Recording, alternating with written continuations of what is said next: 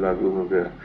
तो हम एक कथा सुनाया करते हैं कि ब्रह्मा जी के 4 पुत्र हैं, सतयुग, त्रेता, द्वापर और कलयुग है तो सबई ये भी 4 पुत्र हैं। तो सतयुग को कहा कि हमने नरक की व्यवस्था की है, बनाया है, तो अपने राज्य में ऐसा करना कि तुम सात्विक प्रवृत्ति के हो तो सात्विक प्रवृत्ति वाला नरक नहीं जाता, स्वर्ग जाता है। तो बोले कुछ ऐसा करना जिससे नरक खाली न रहे। तो उनका इस आज्ञा का पालन हमारे राज्य में नहीं हो सकता है, सतयुग में कोई नरक नहीं जाएगा। त्रेता से कहा तो त्रेता ने कहा हम बड़े भाई का अनुगमन करेंगे।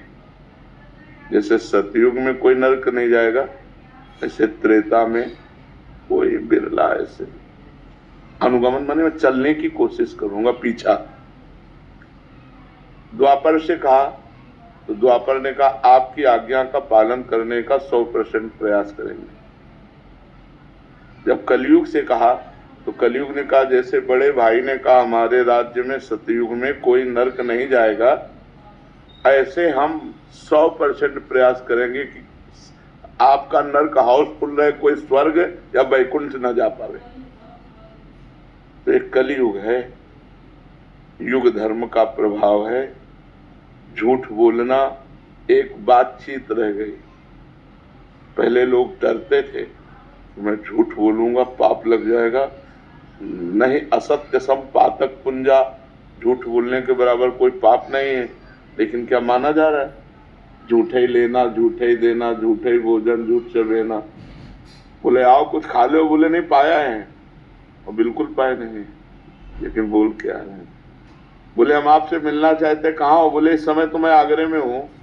1 सेकंड में झूठ बोल देते। ले झूठ बोलना आज कोई पाप नहीं माना जा रहा, किसी की निंदा करने से कोई डर नहीं रहा। तो ऐसे ही हमारे इस कलयुग में ऐसा नहीं है कि सब दोस्त दर्शन करने वाले हैं, सैकड़ों श्रद्धालु हैं।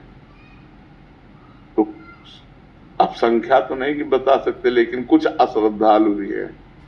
तो जो अश्रद्धालु हैं उनकी संख्या ज्यादा है, जो श्रद्धालु हैं उनकी संख्या कम है। माया के दिन रात ज्ञान अज्ञान निंदा स्तुति मान अपमान ये द्वंद्व धर्म है। तो ये सदैव अपना प्रभाव दिखाते रहते हैं। इन्हीं के प्रभाव से बचने के लिए नाम जप